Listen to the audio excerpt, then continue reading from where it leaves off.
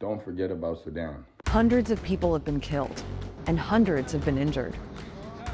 There's fighting in different parts of Sudan, but it's heaviest in the capital, Khartoum. There have been attempts at a ceasefire, but they haven't lasted. There have been air attacks and shelling. The airport has been severely damaged. There's no running water or electricity. Supplies of food are running low. This ridiculous battle that has civilians caught in the middle, and we have nothing to do with this. So what's behind the fighting? Well, people in Sudan have been struggling to set up a democracy after decades under one-man rule. Omar al-Bashir came to power in a military coup in the late 1980s, became president, and stayed for 30 years, until people rose up and demanded that he step down. Then the army took over, and people didn't want them in charge either. So after pressure from protesters, the army agreed to share power with different political groups in a transitional government. The idea was that it would oversee a transition to a democratic system. But 2 years later, the army kicked out the prime minister and seized power again.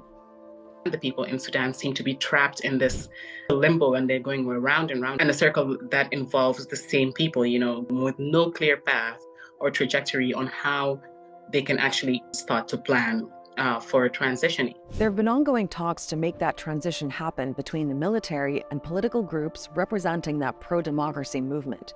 But a major reason the process is being held up is because of an underlying rivalry between the army and the rapid support forces that have become like a second army. And many people see this as a personal rivalry between the army's leader, General Abdel Fattah al-Burhan, who's effectively the leader of the country, and the leader of the RSF, General Mohammed Hamdan Dagalo, widely known as Hemeti. The thing is, for years, both men were on the same side and had been since the war in Darfur. Hemeti led a militia at the time widely known as the Janjaweed, and they were used by al-Bashir's army to fight rebels in the region of Darfur. They were created to protect the upper echelon of the military and the senior commanders. They're accused of carrying out war crimes there, and al-Bashir actually got charged with committing genocide.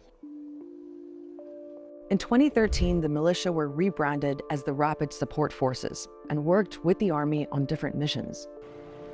Then, in 2019, Hemeti and General al-Burhan joined up to get rid of al-Bashir.